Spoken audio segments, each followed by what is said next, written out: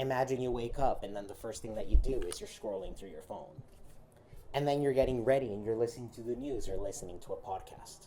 Or you're driving to work and you're listening to the radio. Or watching a YouTube video or listening to a podcast if you're commuting to work. Then you get to work. And then at lunchtime, maybe you're scrolling through your social media a little bit more or staying up with the latest news. You finish work, you get home, and then you start watching Netflix or your favorite show. And maybe you read a book before you go to bed. And then the next day, you wake up and you start scrolling through your phone.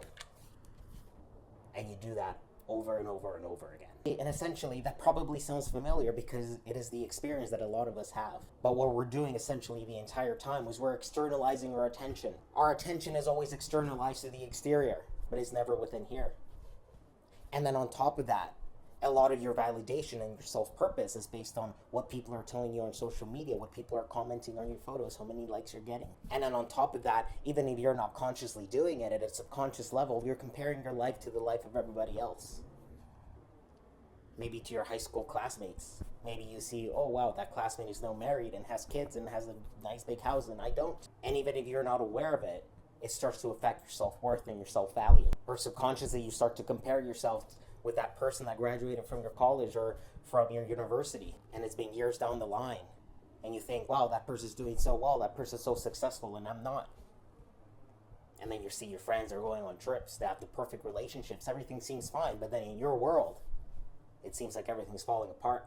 And on top of that, you keep distracting yourself doing this, watching Facebook Reels, YouTube Shorts, TikTok videos, and you try and numb the pain. But the reality is that a lot of us are living that reality now, today, in this day and age. A lot of our purpose and our self-value is not really from within, but is the value that other people put on us, and also the value that you put yourself by comparison and by comparing your life to the life of everybody else. But the thing is that you may not realize that everybody else's life that you're comparing it to is actually their highlight reel. And then you feel like your self-worth is not good because you're comparing your self-worth to the distorted reality of everybody else that you know in your life. And part of externalizing your attention all the time, which a lot of us do now, is we never get to sit with ourselves and actually with our thoughts and with what's in here. And the reason I'm saying this is because I did that for the entirety of my 20s. For a decade, that's all I did. Mind you, I did things that were useful. I used to always watch documentaries, read books, listen to educational podcasts. I always kept everything really, really busy. I always kept busy. And I prided myself in learning really great things. But I still never got to sit with myself. And the reality is that most of us are doing that to some extent to our own detriment. Back in the days of less technology, people used to have to sit with themselves. People would have to go on a walk. People would go on a walk for an hour, no distractions, and sit with their thoughts. Before bed, people would sit with their thoughts. If they got up in the morning and were cooking breakfast, no distractions, people would have to sit with their thoughts. And with sitting with your thoughts and with your emotions comes self-reflection. And with self-reflection, you can realize a lot of things and maybe start to realize your purpose. But when we externalize our attention all the time, there is a correlation between feeling lack of purpose, hopelessness, depression, and anxiety with social media.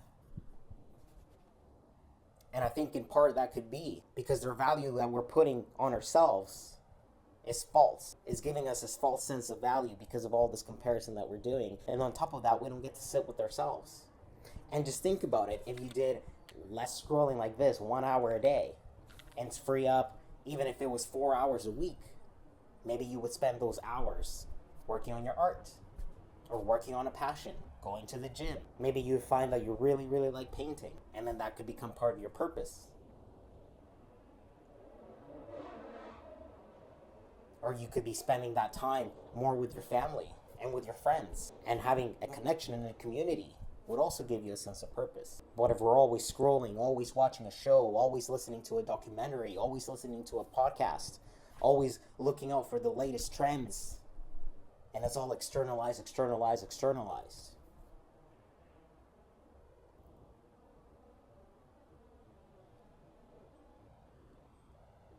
And when your entire reality is out there and not in here, then maybe that is why a lot of people are feeling like they don't have a sense of purpose. Everything is out there and not in here. Then you're not going to be able to build a good self-image of yourself. And I think one of the steps to get to know you is to detach a little bit from all the social media. You don't have to do it completely, but even if you start with an hour a day and try meditating, look for a mentor. You don't have to do it by yourself. You can look for a mentor that can help guide you. And if you are feeling these feelings of worthlessness and a lack of hope, a lack of purpose, you don't have to do all of this by yourself. You can find help, but detach and sit with yourself. And if you sit with yourself, if it's through meditation or through therapy or counseling, you're going to start to figure out like what's in here. What is it that you want to do with your life? What is your self-value? Not the self-value that you're getting from likes and comments and from the comparison on social media. None of that, because all of that is superficial and all of that is fake to an extent. But like the value in here, you have to find that in here. And you start to find that by detaching from all of this noise, because all of that noise is not real.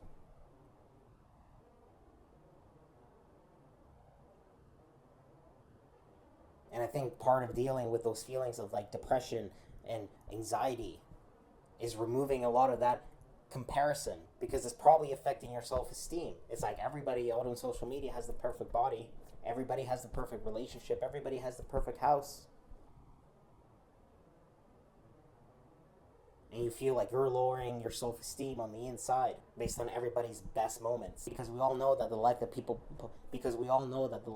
post on social media isn't often the truth. And I just hope that if you are in a place where you're having these feelings and feeling like you don't have a purpose, I hope this encourages you to seek out counseling and therapy. I do want to say that I'm not a licensed counselor or a therapist or anything like that. I'm just a curious human being who likes to learn about things, and I just want to say that I'm not a licensed therapist or a counselor or anything like that.